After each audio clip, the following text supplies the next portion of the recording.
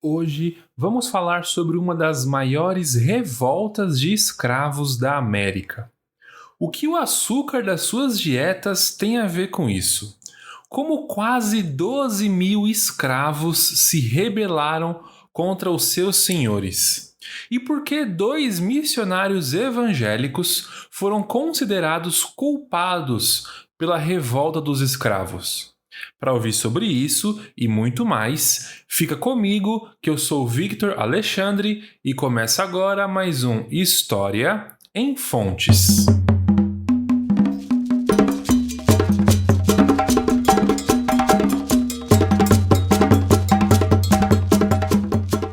Pessoal, como sempre, aqueles recados rápidos antes de começar o programa. Independente de onde você esteja me ouvindo, assina o nosso podcast, seja no Spotify, Apple Podcast, no Deezer ou qualquer agregador de podcast que esteja ouvindo, tem um botão escrito seguir. Só de você fazer isso já vai nos ajudar muito e ainda você vai ficar avisado quando sair um programa novo. Se você está chegando aqui pela primeira vez, nós somos um podcast de divulgação de história. Compartilhamos o conteúdo das aulas de história e produzimos um material para professores usarem esse programa que você vai ouvir com os seus alunos. Esse material está aqui na descrição e nós chamamos de estudo dirigido. Ou você também encontra no nosso site www.historiaemfontes.com.br. É isso, vamos lá falar de história. Gente, no programa de hoje vamos fazer algo diferente. Nos últimos programas, você ouviu sobre a história e a historiografia de processos e de países já bastante conhecidos, seja na cultura pop ou na escola. Hoje, vamos estudar a história de um país que talvez você nem saiba onde fica, a Guiana. Caso você não saiba, a Guiana é um vizinho nosso. Faz fronteira com o norte do Brasil. Mais especificamente, a gente vai estudar uma revolta de quase 12 mil escravos que aconteceu em Demerara, que atualmente é um dos estados da Guiana. Mesmo que você nunca tenha ouvido falar sobre essa revolta, essa ação dos escravos em Demerara teve grande repercussão na sua metrópole, que foi a Grã-Bretanha, e até aqui no Brasil. Muitas pessoas morreram, muitas outras foram julgadas e condenadas. E um desses acusados de ser, entre aspas, o cabeça dessa revolta foi um pastor evangélico. Além de estudarmos esse caos todo, vamos tentar entender como essas ações se encaixam no contexto global. Bom, mas antes, deixa eu te apresentar um pouco mais do cenário, te explicar sobre o contexto que iremos falar hoje. A Guiana atualmente é um dos menores países da América do Sul e ela já foi uma colônia de vários países. Inicialmente foi uma colônia espanhola, o território também passou por posse dos holandeses e no final do século XIX a Guiana se tornou uma colônia britânica, uma colônia da Inglaterra. Nesse período, a Guiana ainda não existia como conhecemos hoje. As colônias que eram de posse da Inglaterra eram Demerara, Essequibo e Berbice. Esse território se tornou muito valioso e cobiçado por conta da sua produção de açúcar. Inclusive, como curiosidade, o açúcar Demerara, que a gente usa até hoje, se você já fez dieta, se você já trocou o seu açúcar refinado, muito provavelmente você já usou um açúcar Demerara. Esse açúcar tem a sua origem na Guiana, mais especificamente nesse território chamado Demerara. Eu vou colocar aqui na descrição o link de uma embalagem desse açúcar Demerara para você consultar se você já usou ou não. Pessoal, então, quando eu falar Demerara, a partir de agora eu estou falando do território. e não do açúcar, combinado? Demerara era uma grande exportadora de açúcar, fazendo até concorrência com a produção de açúcar da América Portuguesa e usava mão de obra escrava. Os africanos que foram trazidos para Demerara trabalhavam em dezenas de fazendas espalhadas pela colônia e, como aqui, uma das características dessa escravização é de que eles tinham diferentes origens no continente africano. Você, como um ótimo ouvinte do nosso podcast, sabe muito bem que a África não é um país, mas não custa lembrar. A África, gente, ela é composta por mais de 50 países com dezenas de etnias, línguas e grupos diferentes. Quando essas pessoas chegavam nas colônias da América, geralmente não estavam entre seus iguais. Os laços de parentesco e de identidade eram propositalmente desfeitos ou enfraquecidos pelos colonos para dificultar a comunicação, a organização e assim evitar revoltas. Mas, sabendo disso, como então houve uma revolta em Demerara de quase 12 mil escravos? Essa será uma pergunta central para o nosso estudo de hoje. A partir dessa, outras perguntas podem ser feitas. Além de lutar pela própria liberdade, o que mais uniu esses escravos? Foi a religião? As notícias que vinham da Europa? E se foi isso, como essas informações cruzavam o oceano?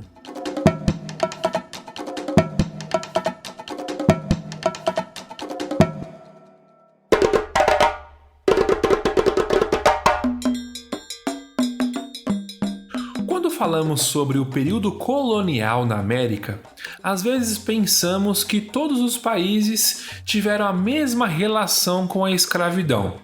É claro que podemos traçar diversas semelhanças entre as sociedades que utilizavam o trabalho escravo, mas a historiadora Emília Viotti da Costa vai dizer o seguinte, abre aspas, a vida de um escravo em Demerara era, sob muitos aspectos, semelhante à vida de um escravo em Cuba, no sul dos Estados Unidos ou no Brasil. Mas havia diferenças significativas, conforme a natureza da plantação, o grau de desenvolvimento tecnológico, as dimensões das fazendas, a porcentagem de escravos e negros livres na população total, o perfil demográfico da população escrava, o lugar de origem e a cultura dos escravos ou as características do proprietário. Também tinham as instituições religiosas, políticas e administrativas. Fecha aspas. Ou seja, quando estudamos história, além de termos um panorama geral, precisamos, através das fontes disponíveis, aprender sobre as particularidades de cada local em determinado período. E o inverso também é verdadeiro. A gente não pode olhar só no contexto bem específico, mas é o nosso trabalho refletir e buscar entender como os fatos que acontecem em outras localidades também impactam aquele contexto menor. Quando olhamos para Demerara, vemos que esse território é uma colônia de um país que está passando por muitas transformações em um espaço pequeno de tempo. Se você não entendeu essa frase, você vai precisar voltar no nosso último episódio, que nós falamos sobre a Revolução Industrial. Lá, nós vemos quais foram as ações que o governo inglês tomou para impulsionar a sua indústria e se tornar uma potência capitalista, e isso tem tudo a ver com as suas colônias nas Américas. Enquanto a Inglaterra se desenvolvia e impulsionava seus mercados e transformava suas relações de trabalho, sua colônia cumpria a função de ser uma fonte de matéria-prima para as grandes produções de sua metrópole. Enquanto na Inglaterra, em 1807, o tráfico de escravos era abolido, Demerara tornou-se cada vez mais dependente do trabalho escravo, conforme afirmou Emília Viotti. Pessoal, olhando para o cenário global, alguns anos antes dessa revolta dos escravos, tivemos a independência dos Estados Unidos, a Revolução Francesa, que fez crescer um debate sobre a legitimidade das autoridades, a própria Revolução Industrial, como já citamos.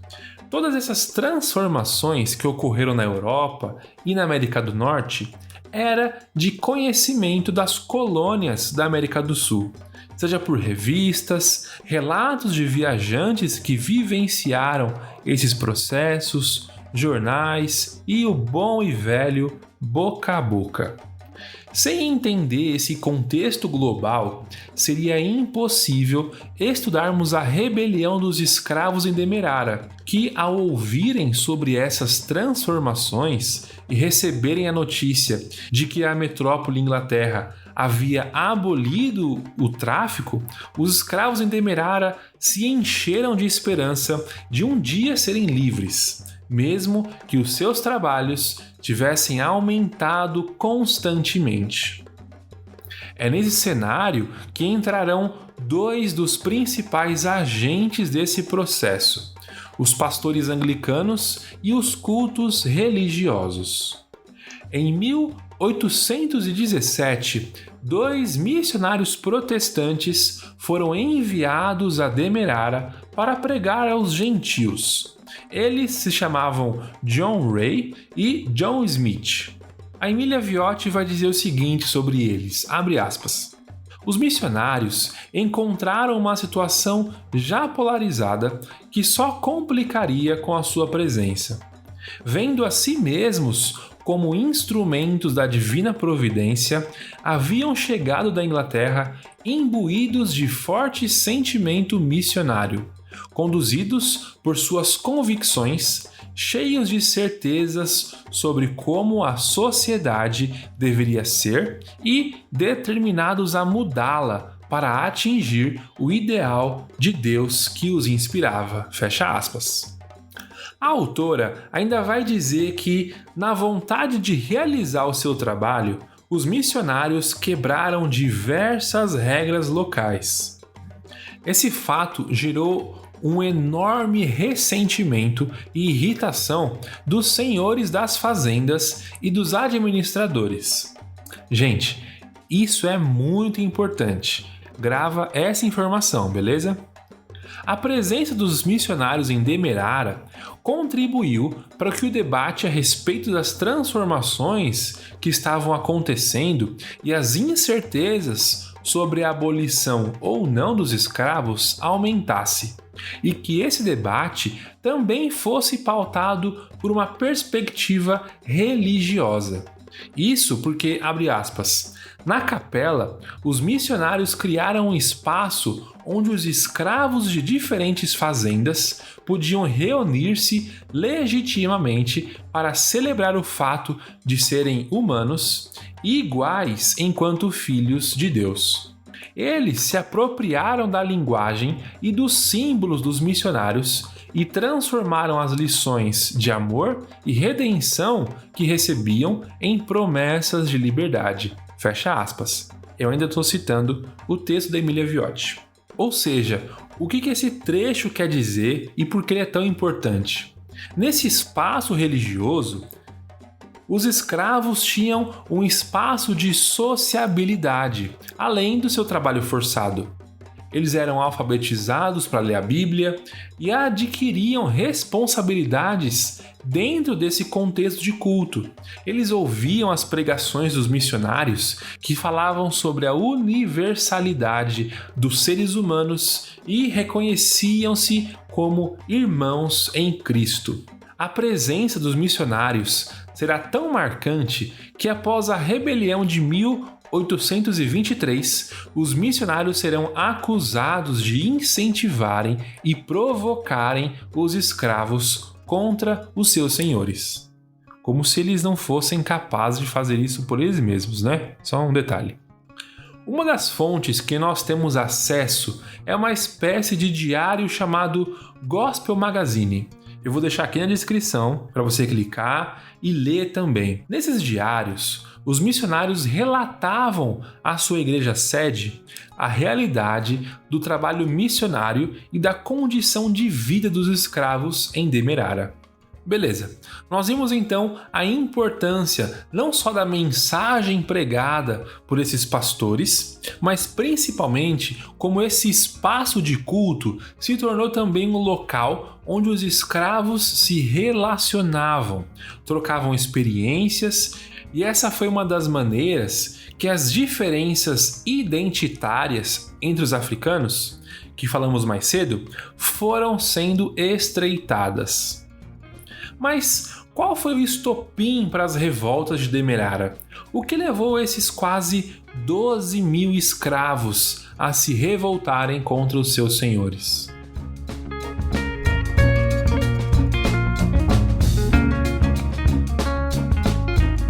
Esse aqui já é o nosso 19º episódio. E a essa altura, vocês já estão carecas de saber, um abraço para os carecas, que os momentos e acontecimentos históricos não acontecem no vácuo, ou seja, não acontecem de um dia para o outro. Em Demerara foi da mesma forma.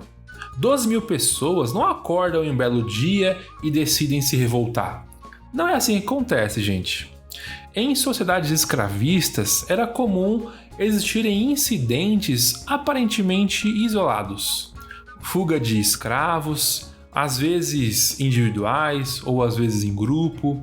Em outras situações, os instrumentos de trabalho eram quebrados, com a mensagem de que as coisas não estavam bem e os escravos queriam fazer um tipo de negociação. A gente falou um pouco sobre isso no episódio número 8. Bom, em Demerara, anos antes de 1823, surgiram boatos de que os escravos estavam tramando algum tipo de rebelião ou algo parecido. Em 1822, diversos casos de casas incendiadas em Georgetown foram registrados. O governador Murray até ofereceu alforria para qualquer escravo que informasse pistas de quem provocou esses incêndios. Nenhum culpado foi encontrado e possivelmente esses incêndios eram uma expressão do crescente descontentamento dos escravos. Sobre esse cenário de descontentamento, a Emília Viotti vai dizer o seguinte, abre aspas: a ideia de rebelião deveria estar sempre latente em Demerara. A conspiração poderia estar sendo tramada havia algum tempo. Se considerarmos que a redução do número de escravos, a queda nos preços das mercadorias e a transição para o açúcar ocorrida em algumas fazendas da costa leste fizeram com que os senhores aumentassem a exploração da mão de obra e transgredissem os direitos costumeiros dos escravos, exatamente no momento em que a retórica dos abolicionistas britânicos e a pregação dos missionários evangélicos intensificavam tanto as noções de direito quanto os anseios de liberdade. Fecha aspas. Aqui nesse trecho, a gente consegue ver como as condições para a rebelião dos escravos já estava presente.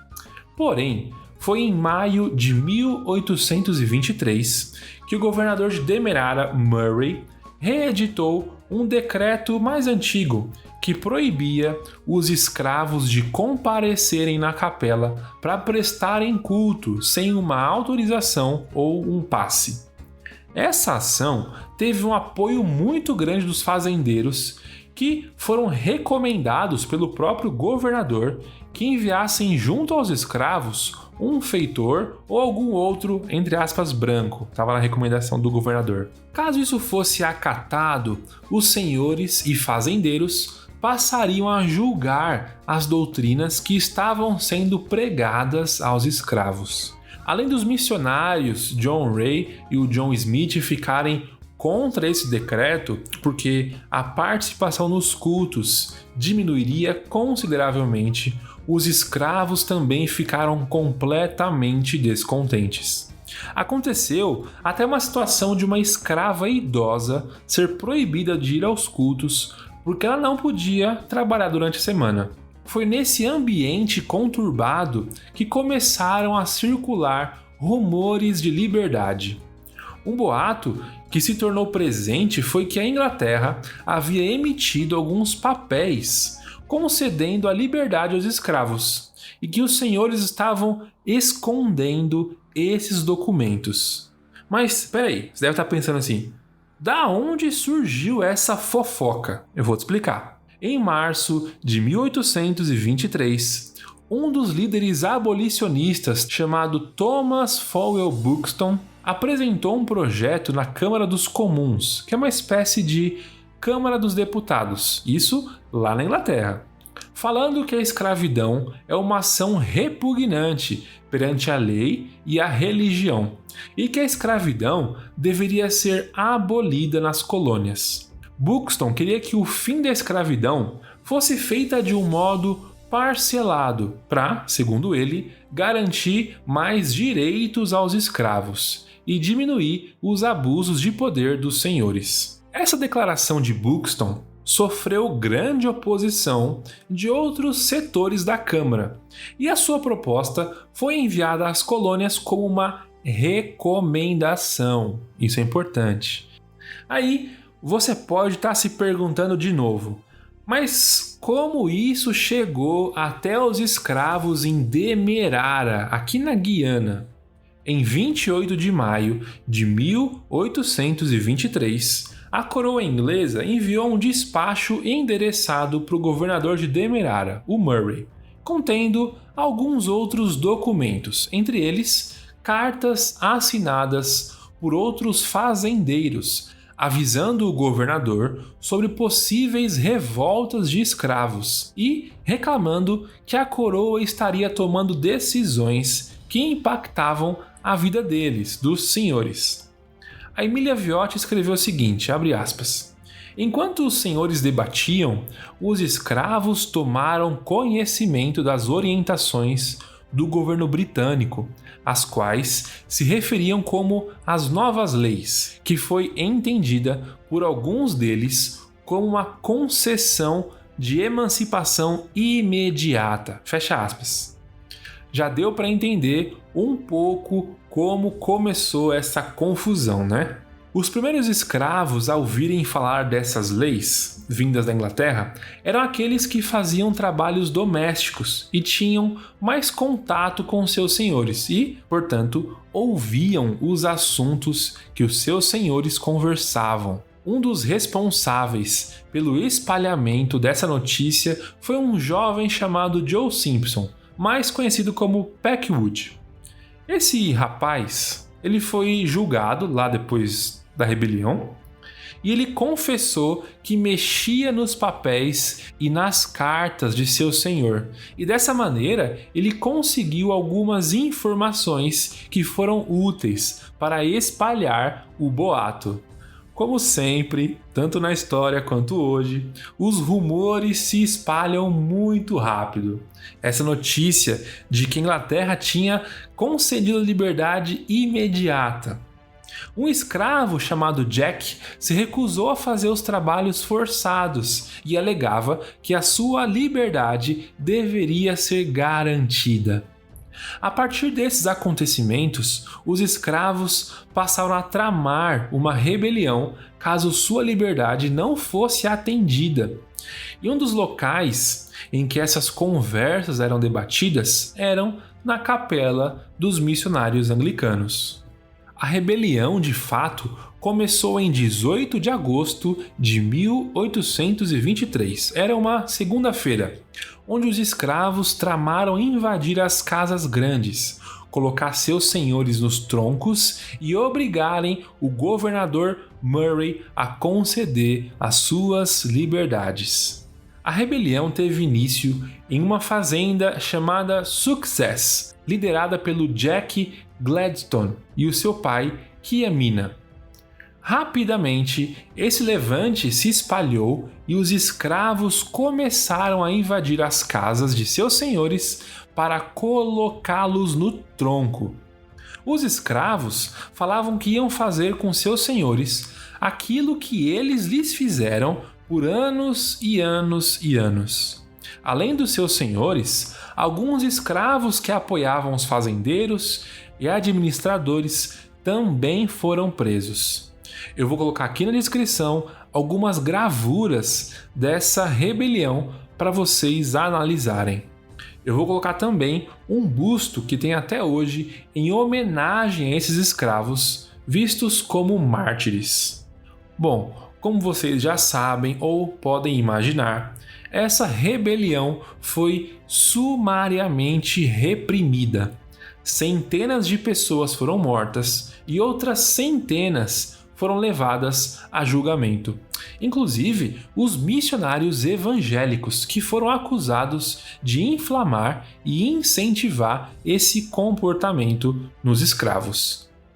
A gente só tem acesso a essa história graças à quantidade imensa de documentação que foi produzida no período e pelo trabalho de historiadores e historiadoras, como no caso da Emília Viotti, que foram ler e analisar essa documentação, que tem origem nos relatórios dos missionários, nos relatos dos pastores e na imensa papelada jurídica que surgiu do inquérito e do julgamento de todas as pessoas envolvidas na rebelião. Houve repercussão também na Inglaterra, porque diversos jornais noticiaram esse caso que chocou o país. Aqui no Brasil, esse tipo de notícia também chegava. A revolta de Demerara e a Revolução do Haiti, que ainda vai ter um programa aqui no podcast, tiveram grande influência para aumentar o medo dos senhores de escravos quando havia qualquer tipo de revolta ou algo assim.